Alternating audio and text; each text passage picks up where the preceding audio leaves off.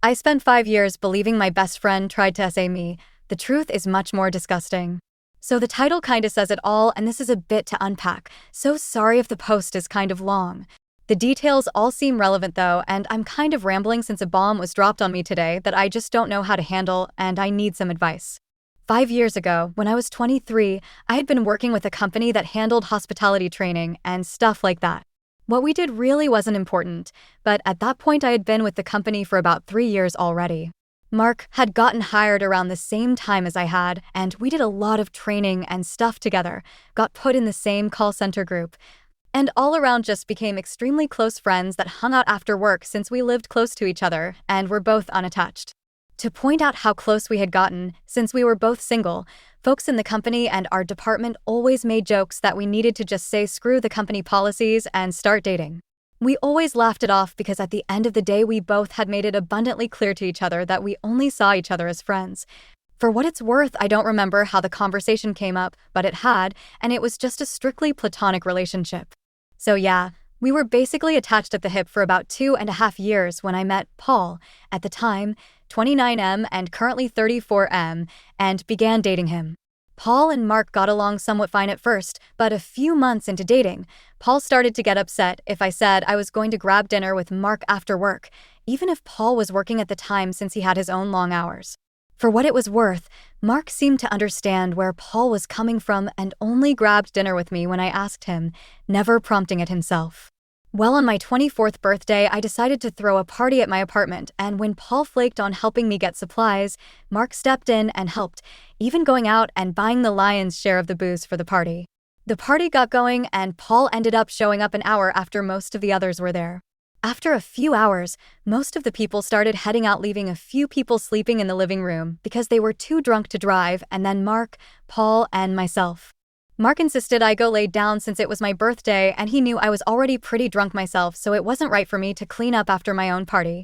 So I said good night to everyone, and Paul helped me back to the room. Like I said, I was pretty drunk, and while I remember the night, I also remember being very off my normal composure. He put me in bed on my side facing the wall and then left, and I pretty quickly dozed off.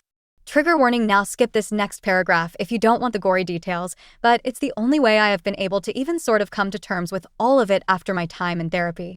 The next thing I remember is loud music blaring in the room and feeling completely bound.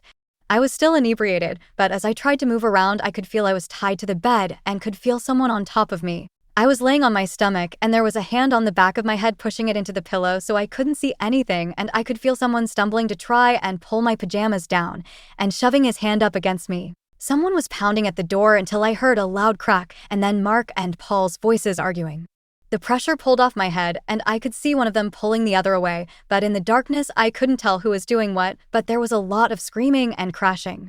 A few minutes later, Paul comes back in the room and unties me from the bed and just holds me, telling me Mark had been trying to SA me. I wanted to file a police report, but Paul convinced me not to since he had gotten there in time and had happened, which I should have taken as a red flag, but I just didn't at the time because I was so relieved that I had been saved.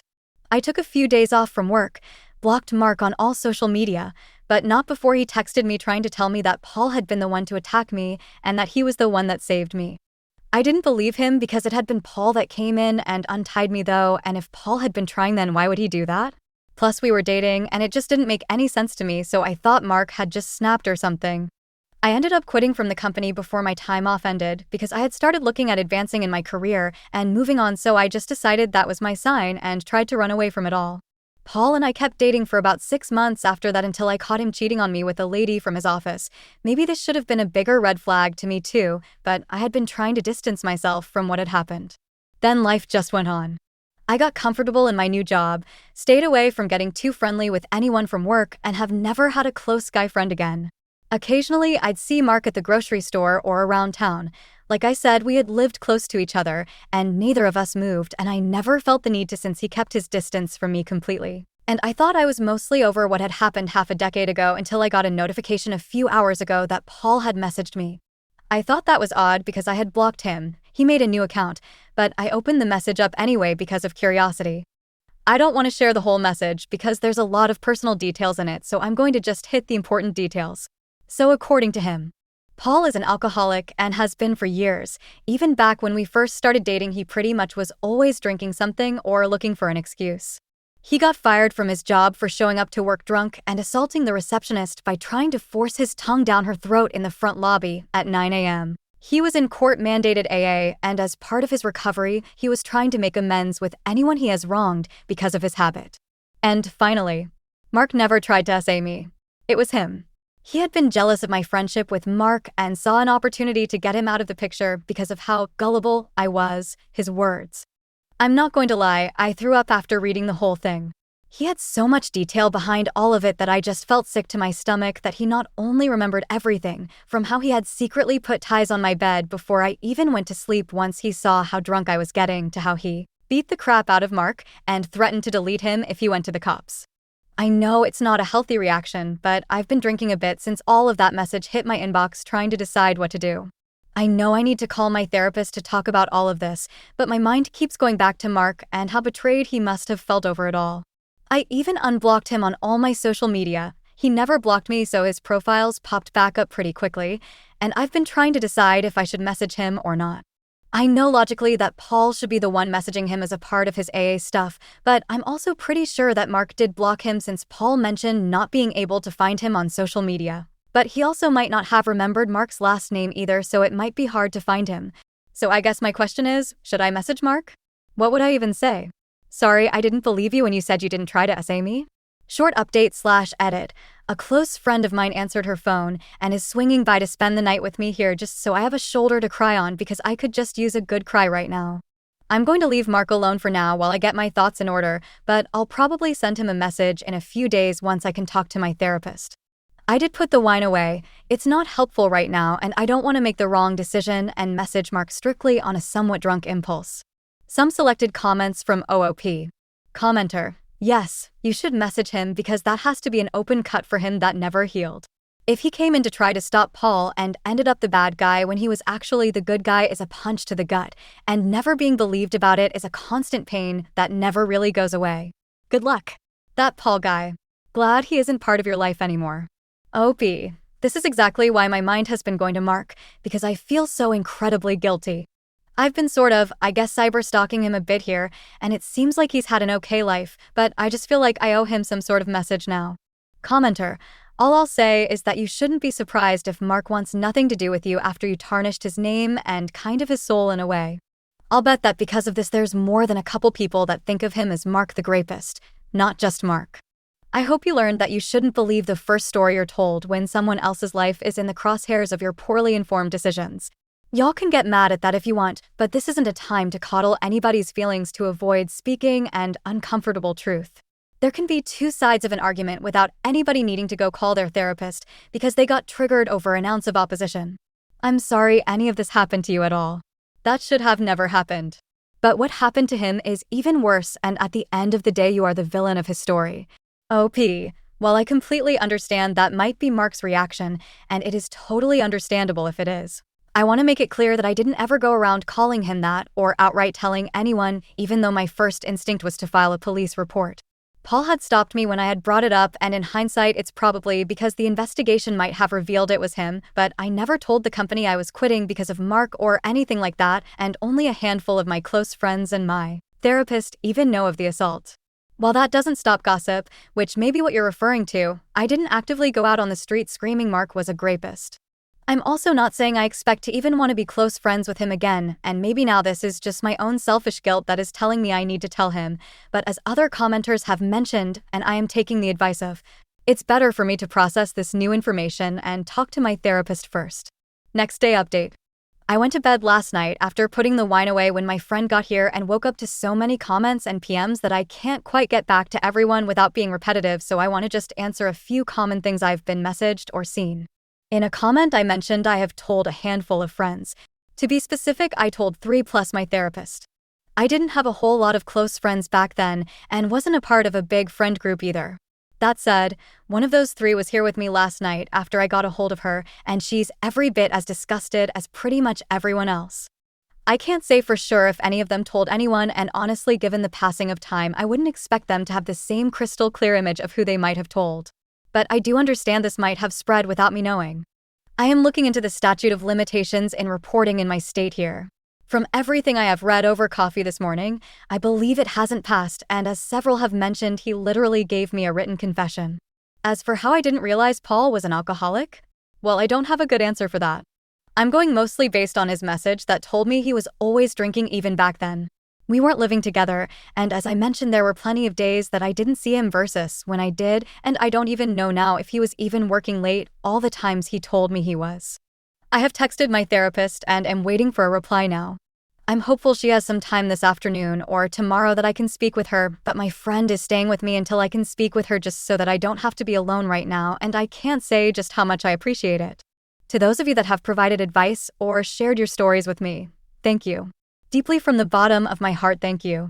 Last night when I received that message, I was thrown for such a loop that I didn't know where to begin or how to unpack it all given the time that had passed. Old wounds can be reopened so easily, and this one was a scar that didn't need much to make it pop. Second update, first off, I want to thank everyone who messaged me to check up on me or to share their own stories with me. I truly appreciate each and every one of you. I would like to start this off by first saying I haven't gone back to the wine, though I did super desperately want to yesterday. I haven't really been much of a drinker since that night 5 years ago and last week when I learned the disgusting truth about Paul. To those of you hoping I would file a police report, I did. I spoke with my therapist at length the Monday following my post, and she was shocked but extremely helpful in helping me process everything. And she spent some time last what should have been the end of our video appointment looking up the statute of limitation laws in my state. There are none for SA crimes. And while she warned me that my report might just be added to a pile of other charges Paul could possibly have against him given that he was assigned court-mandated AA. All the same, I filed the report with screenshots of his messages to me printed and attached. I'm not sure what to expect from that, and at the end of the day I hope he has an absolute crap life if it goes nowhere. Now, as for Mark.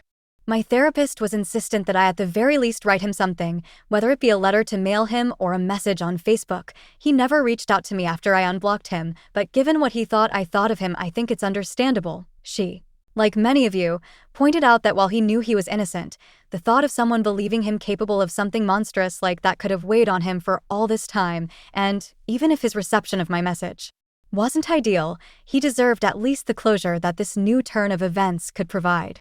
I took a few days writing and rewriting a message in the notepad. I didn't want to accidentally hit send before I had the wording right, and each time I sat down to write it, I felt like I came up short, even though the message just got longer and longer. Again, I didn't think just saying, "Oh, guess what I learned Paul is an absolute psychopath last week, surprise," would have been super appropriate either, but I wanted to find the right balance. Here's the message I ended up sending him. Hi Mark, this is a bit out of the blue, and I really don't know how to start this, so I'm just going to put it out there. I'm sorry for not listening to you.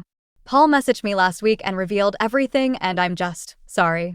This isn't easy to write, and you deserve so much more than just an apology so long after the fact. There's no excuse for me not giving you the benefit of the doubt other than I let myself be stupidly gaslit by a psychopathic maniac. Screenshot of his confession to me.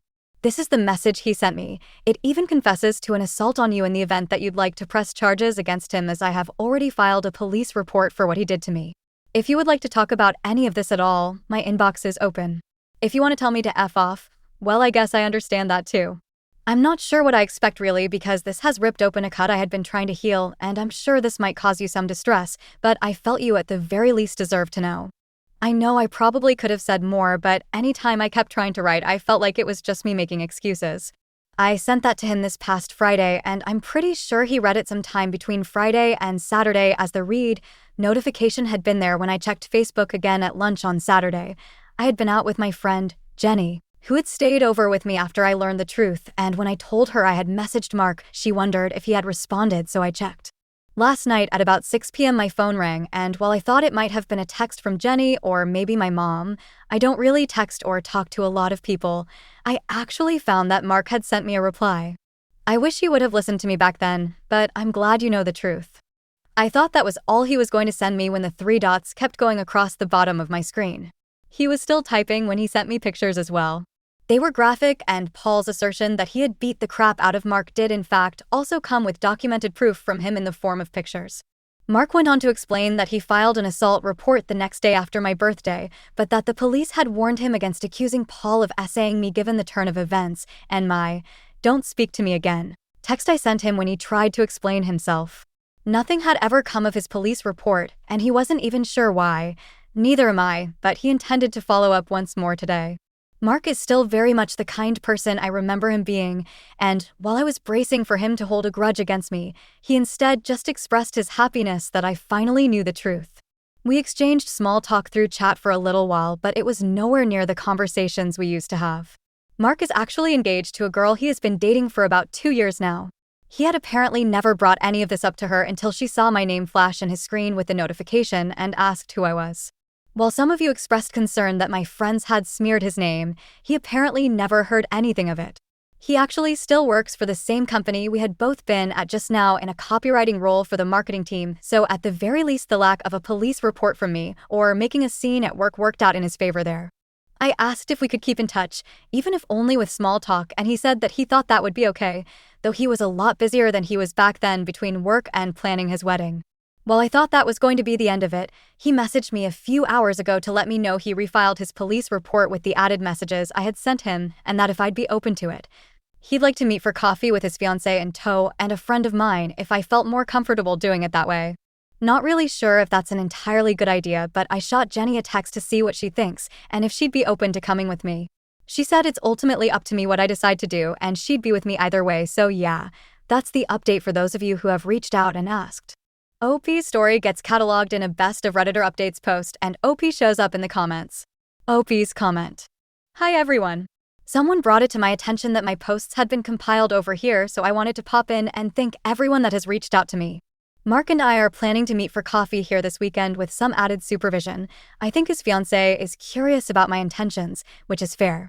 I have both apologized to him at this point, but also, as many of you pointed out, he deserved a giant thank you too. I know some of you are telling me to leave him alone, but he was the one to suggest the meeting, and in all fairness, I owe him at least a coffee, and much more truthfully. Words cannot stress how forgiving he has been over what has transpired, and though I'm trying not to blame myself for believing the psychopath, it's not as easy as just letting it go.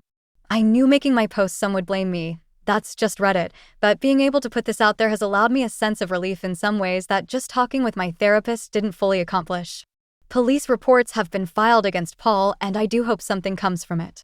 I know he's an AA, and some have messaged me saying I'm a monster for airing this out when he's trying to better himself. Seriously, I got at least 5 DMs to that tune, but F that. The crap he did to me does not get absolved just because he fessed up 5 years after the fact. Final update from OP, my former gaslighting, psychopathic boyfriend is going to be behind bars. I haven't opened this throwaway account in close to a year and a half and honestly never expected to come back to it after I aired out learning about the gaslighting monster that had attacked me over half a decade ago. For anyone who wants more details, my profile has the posts logged and I'm really not trying to reshare and rehash it as I have gotten more than enough of that out of my therapy appointments. The reason I'm posting is primarily out of joy. My attacker, Paul, had a slew of other court dates already when I had filed my case against him, and I had started to lose hope that anything was going to happen since I was reporting an incident from over 5 years ago. But the court system in my state was stupidly overbooked, and I just had to wait for things to take their natural course. Over the last few months, I started to get follow-up calls from an investigator that was apparently going over the details of Paul's case. He was already facing some time in prison over a different assault charge. His time in AA had proven not to be effective even with trying to make amends, and the prosecutor was looking to add my report of SA to an overall criminal case against him. But it would require me to submit either a document to be provided as testimony or to act as an in-person witness. Though I had received Paul's message, I hadn't interacted or seen him in person for well over 4 years, and my therapist suggested I might get some closure by testifying against him in court. This finally happened last week. It was hard, and I won't lie. I cried while I was on the stand, but it felt good. The years hadn't been kind to Paul, and while he certainly looked remorseful sitting in the courtroom, I could give 2 ducks about how this was going to affect him. I left after that and found out just this morning that between his various cases, he's going to prison. I'm not sure how long, but I also know he is being added to the SO database, which is another win as far as I'm concerned. Other than that, life has been going pretty well.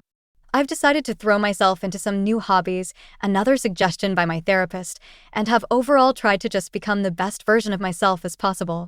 My old friend Mark, who had taken the blame for Paul's actions for so long, got married in the middle of last year, and while he and his fiancée had offered me an invitation, I didn't feel like it was my place to attend.